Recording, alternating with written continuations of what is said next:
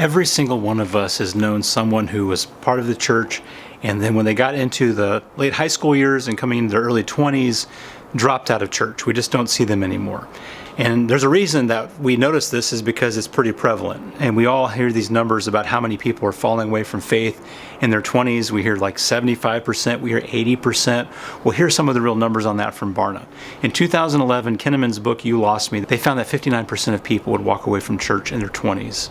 Now, they updated that just 2 years ago, and they found that that number now went from 59% to 64%. Now, the hopeful thing back in 2011 when Kinnaman first wrote that book was we would say, oh, they've left the church, and then we kind of just assume that they've left the faith. And what he found at that time, back in 2011, was that only 11% of those, of young people in general, had actually left faith. They still believed in Jesus, and they still found that to be an important part of their life, but they just stopped attending church. 89% still saw Jesus as part of their life. Only 11% actually fell away from Jesus. We do need to make a distinction between walking away from church and walking away from Jesus, but those numbers have gotten worse. So now that number is 64%. 64% of people in their 20s as of 2019 will walk away from attending church. Now, the other number has gotten dramatically worse. It's gone from 11% to 22%, 100% increase from 11% of people abandoning Jesus in their 20s to 22% abandoning Jesus in their 20s. Now, this is all pre-pandemic. This is what Kinnaman, president of Barna, said just very recently in pandemic. He said, I actually think we're going to see an increasing number of people who've lost connectedness with their faith community, with their usual rhythms and practices. We know that 22% of young people today are what we call prodigals. They lost their faith entirely. That number grew by double from 11% 10 years ago. That was in his book, You Lost Me. So what it will look like 10 years from now is hard to know, but we think it's going to actually accelerate the problem. So pandemic's going to accelerate the problem. We don't want to see the problem accelerate. We want to see it get better. But the first thing we got to point out is there is a misperception between saying they left church and they left Jesus. There's far more hope in saying, well, they stopped attending church, but they still believe in Jesus. That's a different starting point. So why are young people leaving church? Why do they quit church? I want to just give a few reasons why I think that's happening. There could be hundreds of reasons given. Please share your reason in the comments or tell me why my reasons are off base. But one of them is that there's been cultural shifts that the church has just not accommodated. Now, I'm not saying the church should accommodate every cultural shift, but one of the major cultural shifts has been a shift over the last 50 years, 60 years from valuing age, valuing the elderly, valuing maturity, experience, to valuing youth. Big cultural shift in the United States and the West. So that's not reflected in church at all. If you go to a church, you pretty much see things reflected that are meaningful to older people, not younger people. Now, we would say, well, we accommodate younger people by giving them a youth group. We accommodate younger people by giving them an environment in which they can get more of the things that they enjoy. But I'm going to just say very plainly that that is even part of the problem. Not that youth ministers are bad or that youth ministry is bad, but what we have done is not only have we not made a shift in giving them more value, we've diminished their voice. They have social media platforms where their voice is heard by hundreds of people or thousands of people. They can post something and it get liked by 200, 300 people, 400 people, and they get that attention and that value and that sense of belonging and purpose. They don't get that on Sunday. They don't get that in big church. We say, well, they have the youth group for that. Okay. Well, what happens in youth group is we relegate the discipling responsibility of 40 or 50 or 100 teens to a youth minister. And then the parents say, well, we have a professional to do that. Why do I need to do that? I wasn't ready to do it anyway. We don't have parents who are equipped to disciple their own kids. And then we hope the youth ministry is going to do that. But what ends up happening is we create two churches within the church.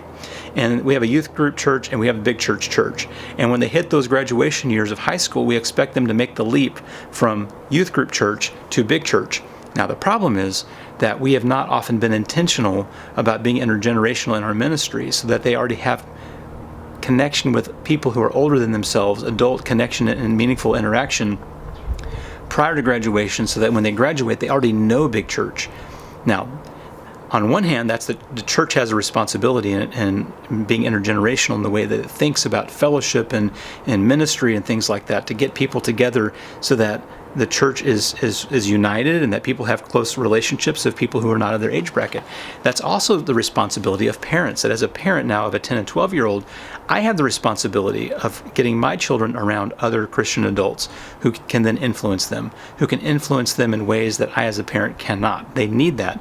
And then whenever they get through the teen years and into graduation, they're already connected to big church before they ever got there. So one of the big misperceptions is not just quitting church attendance. This is a misperception. Quitting church attendance equals losing faith. Barnett has dispelled that. Another big misperception is we lost them at 18, or we lost them at graduation, or we lost them in those early 20s. Most likely we lose them far before that. They're present. Again, it's an attendance metric. We say we lost them because they stopped attending. But you can attend and be lost. Like, you can attend and not feel like you're a part, right? We've actually lost them when they were 13, 14, 15, as the culture of the church and the culture of their world are just so far separate, and we've not found ways to accommodate that. Relationships that they have only in youth group don't translate into big church. And so, we really lose them a lot earlier than we know. And that's why solutions are not found at graduation. Solutions are found much earlier. And being purposeful about being intergenerational, both as parents and as ministry staff with our ministries, and also about being culturally relevant to our teens, about them being able to understand why their faith is their faith and not just their parents' faith. They go off to school and they hear all these things that they've never heard before. They don't know how to have doubt. They don't know how to experience having questions to faith, because those things, in some circles of churches, questions are not allowed much. And I'm not saying this is universal, but some places don't encourage difficult questions, because if they don't have answers, it makes people very uncomfortable, and nobody wants to be put in that situation. We also, I think, have a gospel that is not robust enough. And what I mean by that is it's not biblical enough. Teens think that they're going to be around a long time. They think they're invincible, right? And if you just say, well, the good news of Jesus is when you die, you get to go to heaven. They're like, well, that's like 80 years away, okay? What about right now? If we don't have a gospel that addresses them right now, which the biblical New Testament gospel absolutely does. If you don't understand how that works, go back and reread the New Testament looking for that. Then it's irrelevant. The gospel is irrelevant to them if we don't have a gospel that's relevant for today. Your life today, and why the Jesus option, why the Jesus life, the kingdom life, is the best life you could ever live. If that's not coming through loud and clear to our youth, to our teens, then we're missing the boat, we're missing the point, and they're not going to understand why this is relevant to them at all, and they're going to move on. So it's not the boring preaching, it's not that the sermon's going too long, it's not that we need instruments, it's not that X, Y, and Z, it's that there are the lack of relationships, the segregating of children into age-graded ministries that insulate them from future success and bridging into the congregation. It's forcing teens to build the bridge themselves when they have the least relational capital in the church. The older people should build those bridges far in advance and be proactive about that. And by the way, if you're over the age of 40, you would think teens could not care less about what you think or what you want to say to them or having a relationship with them, but they may not care about what you think, but they do want relationships. They do want to know people care. And you may try saying something to them several times and then just kind of brush you off. They still do care. And you should still continue to try that. Just joke with them, mess with them, go do something with them. If you're in church leadership, think about how to get more intergenerational. If you're in eldership or church staff and young people come to you, or even ask them, what are your ideas? What do you think about this? Give them a voice. They're not going to come grab a voice within the church. They're going to either have it or they're not. It's not going to come from them. You're going to grant it to them, or if one of them gets bold enough to come and tell you something, please value it.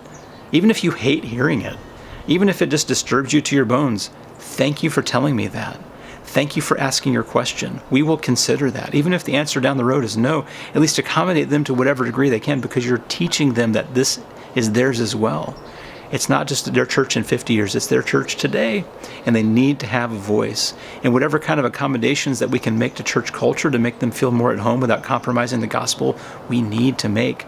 If they're artistic, we need to find outlets for their artistic abilities in the life and the worship of the church, so that they know this is my place, these are my people. We need to value youth more than we do.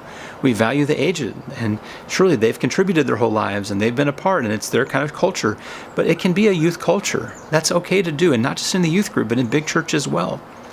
And they will tell you how to make that happen if you'll listen. Now, I want to say a word to parents. There's a lot of guilt over this issue with parents. You say, well, I must have done something wrong, or I ran them off, or if I only done X, Y, and Z. And there's always things we can do better. Don't destroy yourself in guilt. People say, oh, Proverbs 22:6, if you raise your child in the way they should go, in the end, they won't depart from it. Well, my buddy Eric Brown has said so rightly, that is a principle, not a promise. There's no guarantee that just because you act one way, that someone else will act another way. You can do everything right, 99% of things right, and it still not work out.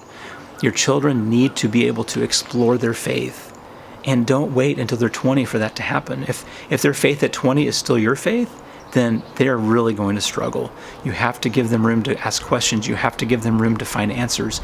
And if all their answers have to be your answers, then it's never going to be theirs, and they're going to outright reject it, okay? So if you're a parent, don't beat yourself up over that, but pray for them, as I know you do. Your heart hurts for them, but don't allow your heart hurt to alienate them. Don't allow your anxiety or worry or fear for them to just gush over into their life where they feel a codependent burden to make you happy and do some kind of church thing just because you've said this. They're too old for that, and they need to own it. They're exploring, they're looking, they're searching, and that's some of that burden falls on our young people. That's not often said. We always say, what can parents do or what can churches do? Some of it's just their burden.